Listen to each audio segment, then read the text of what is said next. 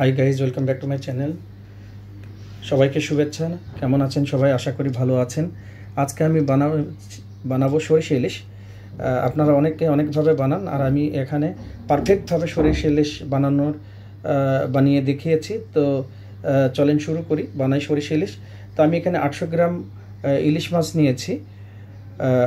এখানে দিয়ে দিচ্ছি আমি আদা রসুন পেস্ট, মরিচের গুঁড়া এবং হলুদের গুঁড়া, লবণ দিয়ে আমি মাছটাকে একটু সরিষার তেল দিয়ে নিলাম। মাছটাকে সুন্দরভাবে মাখিয়ে মাছটাকে আমি হালকা তেলের মধ্যে ভেজে নেব। তেলের মধ্যে ভেজে নেব বলতে, যে তেল দিয়ে আমি মাছ বানাবো সেই তেলেই ভাজবো। তো এখানে আমি একটা ফ্রাই প্যান নিয়েছি, ফ্রাই প্যানে দিয়ে দিচ্ছি আমি সরিষার তেল। ইলিশ মাছ পাকানো মানেই, সরিষা ইলিশ পাকানো মানেই সরিষার তেল দিয়ে পাকালেই টেস্টটা ভালো হয়। তো মাছটা আমি এখানে একে একে দিয়ে দিচ্ছি। মাছটাকে আমি হালকা ভাজবো, বেশি না, যেহেতু মাছটা অনেক বড় না, তো সেই ক্ষেত্রে আমি মাছটাকে হালকা এখানে ভেজে নিচ্ছি। তা আমি চেষ্টা করেছি পারফেক্টভাবে এখানে আপনাদেরকে ভিডিওটা দেখানোর জন্য। তো দেখেন, মাছটা এখন আমি উল্টাই দেব। বলেছি আগে যে বেশি ভাজবো না, হালকা ভেজে নিলেই হবে। তো আমার মাছটা ভাজা হয়ে গেছে, আমি মাছটাকে এখন উঠাই নেব। দেখেন এইভাবে। তো মাছটাকে আমি এখন একটা পাত্রের মধ্যে উঠাই নিয়ে রেখে দিলাম। এখানে আমি দিয়ে দেব এখন আস্তা জিরা। আমি এখানে আস্তা জিরে দিয়ে নিলাম। এর মধ্যে দিয়ে দিচ্ছি আমি পেঁয়াজ, একটা মাঝারি পেঁয়াজ নিয়ে কেটে রেখেছি, সেটা আমি দিয়ে দিলাম। এখানে দিয়ে দিয়েছি আমি কাঁচামরিচ, 60 থেকে 8 পিস মতন কাঁচামরিচ দিয়েছি। এটাকে হালকা ভাজা ভাজা করে নেব। এর মধ্যে আমি দিয়ে দিচ্ছি হলুদের গুঁড়া 1 চামচ পরিমাণে, মরিচের গুঁড়া, এখানে দিয়ে দিচ্ছি আমি পরিমাণ মতো লবণ এবং আদা রসুন বাটা, আর এখানে আমি দিয়ে দিলাম সরিষা বাটা। আমি এখানে 3 টেবিল চামচ পরিমাণে সরিষা বাটা দিয়েছি।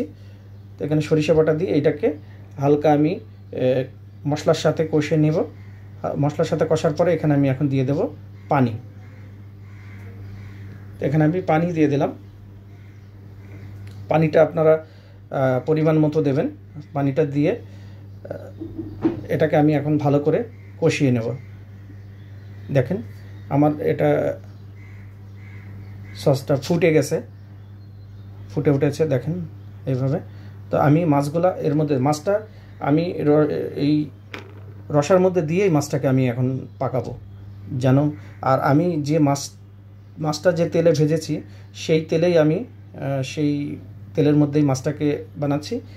তো অন্য তেলে এটা ভাজা হবে না। এখানে আমি দিচ্ছি ধনিয়া পাতা, অল্প ধনিয়া পাতা দিয়ে নিলাম। এখানে দিয়ে দিলাম আমি 1 টেবিল চামচ পরিমাণে জিরা পাউডার।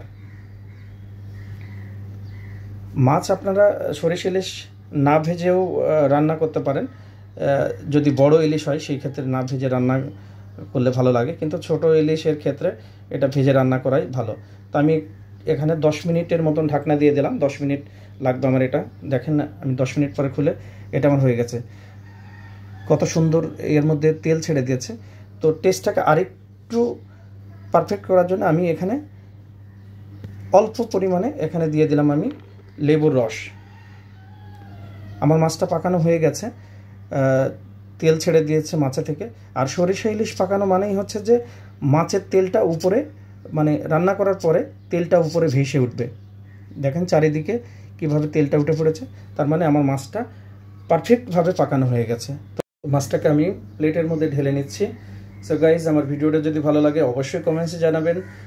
আমার ভিডিওটাতে একটা লাইক এবং ভিডিওটা শেয়ার করে দেবেন, এবং নতুন নতুন রেসিপি পেতে আমার ভিডিওর চ্যানেলের সাথেই থাকবেন।